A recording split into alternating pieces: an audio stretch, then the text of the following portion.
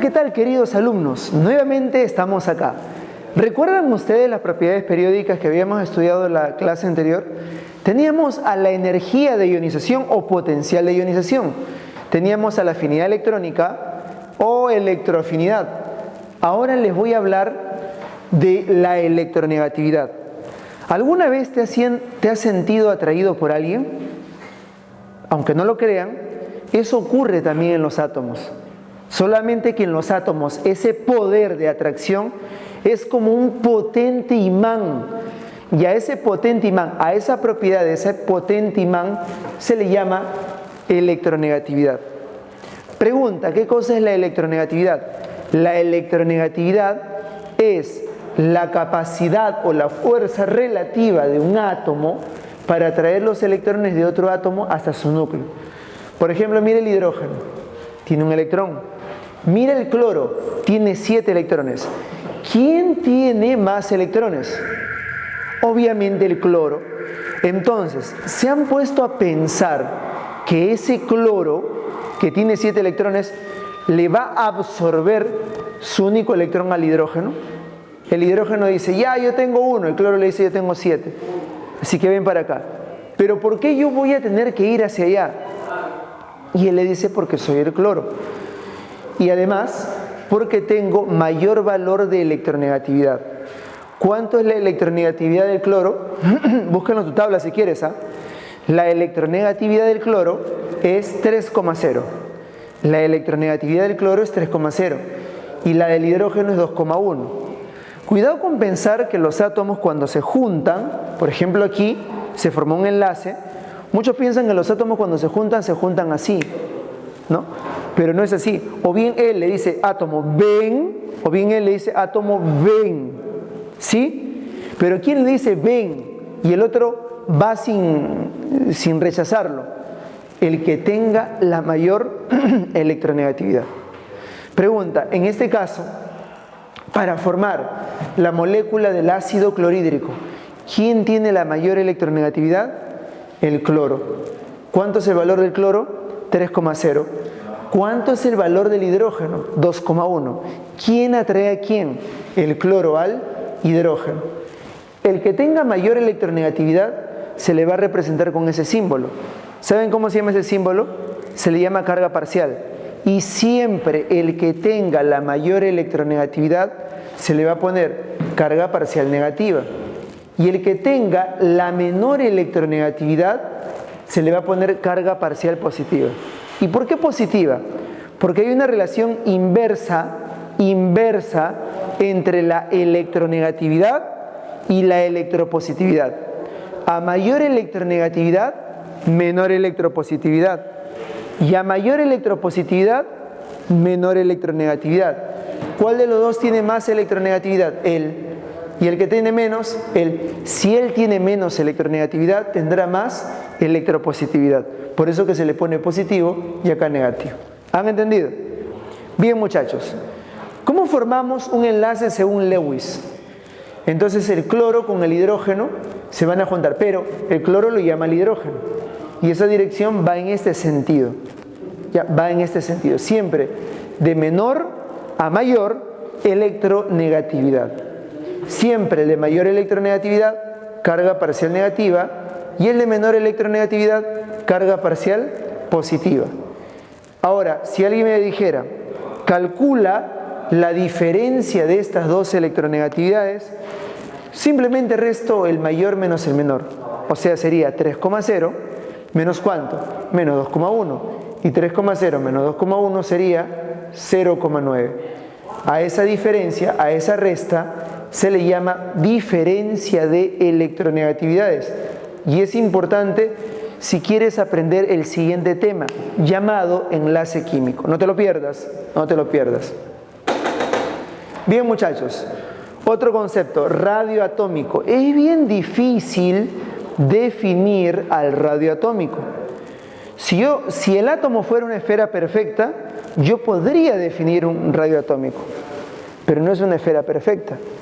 ¿Sí? De hecho, nadie ha visto experimentalmente a simple vista un átomo. Entonces, la idea que se tiene es como si fueran esferas, tal como alguna vez lo imaginó John Dalton. Sin embargo, si yo tengo dos átomos, procura que estos dos átomos sean idénticos. Por ejemplo, el átomo X, Muy bien, ¿qué vas a hacer ahora? Júntalos y que rocen en el borde. Ahora, una vez que ya están rozando borde, traza una recta L. Ahí lo tienes. Esa recta L une a este punto central con este punto central. Y si yo divido esa L, que es la distancia que hay entre punto central y punto central de dos átomos idénticos, si yo divido esa L entre dos, adivina qué me da. Me da el radio atómico. Ya me da el radio atómico. Nota, te lo dije hace rato. ¿Sí? El radio atómico ya disminuye según el sentido de las flechas. ¿Se acuerdan cómo estaban las flechas anteriormente?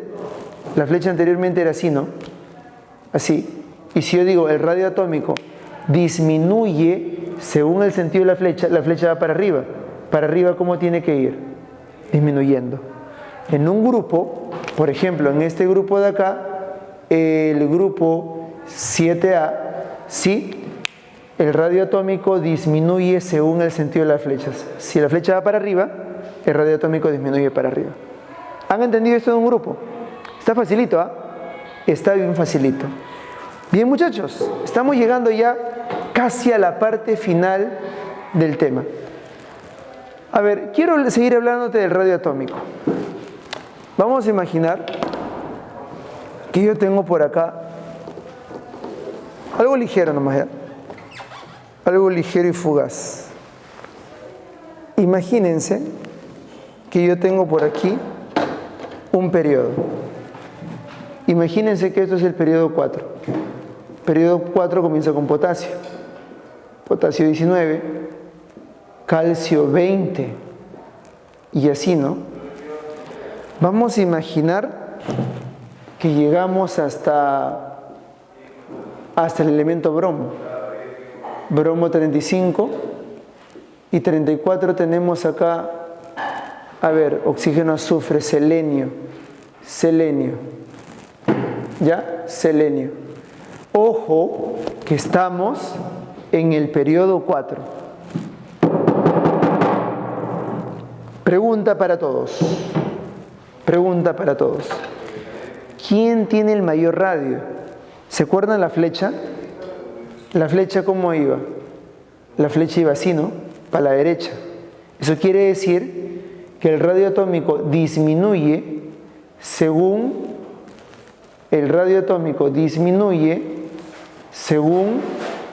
el sentido de las flechas. Repito, el radio atómico disminuye según el sentido de las flechas. Es simple, ¿no? Es básico. Profe, ¿dónde está esa flecha? Lo puse en la clase anterior. En el apartado anterior yo lo puse. Bien, terminemos con esto de radio iónico. Hay dos tipos de radios iónicos que a mí nunca me gustaría que te olvides. Primero, el radio iónico para un mismo elemento. Por ejemplo, tengo calcio, calcio, calcio. Calcio más 2, calcio neutro, 0 y calcio menos 2. Paso 1. Calcula 20 menos 2, 18. 20 más nada, 20. 20 menos 2, 22. Pregunta, ¿quién tendría la mayor cantidad de electrones? Acá hay 22, por aquí hay 20 y por acá hay 18. La respuesta es 22, ¿no? Ahora mira, ¿cuántos protones tienes? 20. ¿Cuántos protones tienes? 20.